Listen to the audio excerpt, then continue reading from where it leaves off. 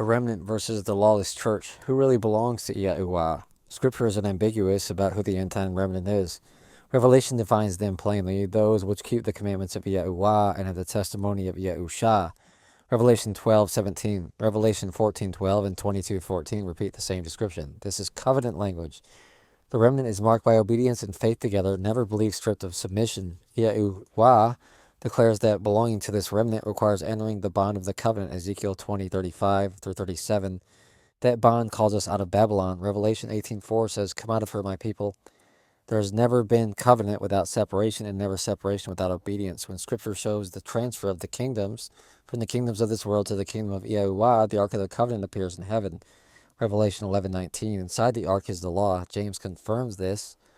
Law will judge us, James 1:25, 2:12. Messiah Yahusha affirmed it throughout his ministry. If thou wilt enter into life, keep the commandments, Matthew 19:17.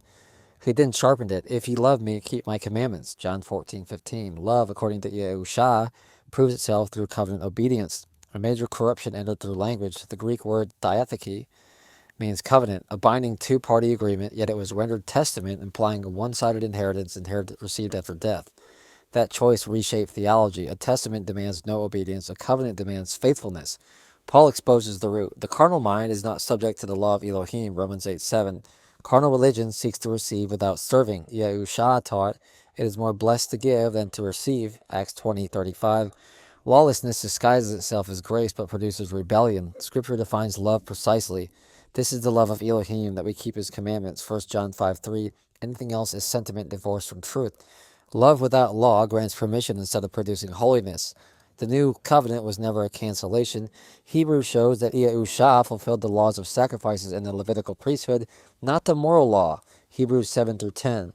Hebrews 8:10 defines the terms the law written on hearts and minds. If the law is not written within, the covenant has not been entered. Hebrews 13:20 calls this the eternal covenant. That eternal covenant has a sign, the Sabbath. Exodus 31:16 through 17. Remove the sign, the covenant is broken. Isaiah warned of this condition, the earth defiled because men have transgressed the laws, changed the ordinance, broken the everlasting covenant. Isaiah 24:5 through 6. We are saved by favor through faith unto obedience. Ephesians 2:8 through 10. Sin is lawlessness. 1 John 3:4. Sin no more was Yahusha's command to those he healed. John 5:14 and 8:11.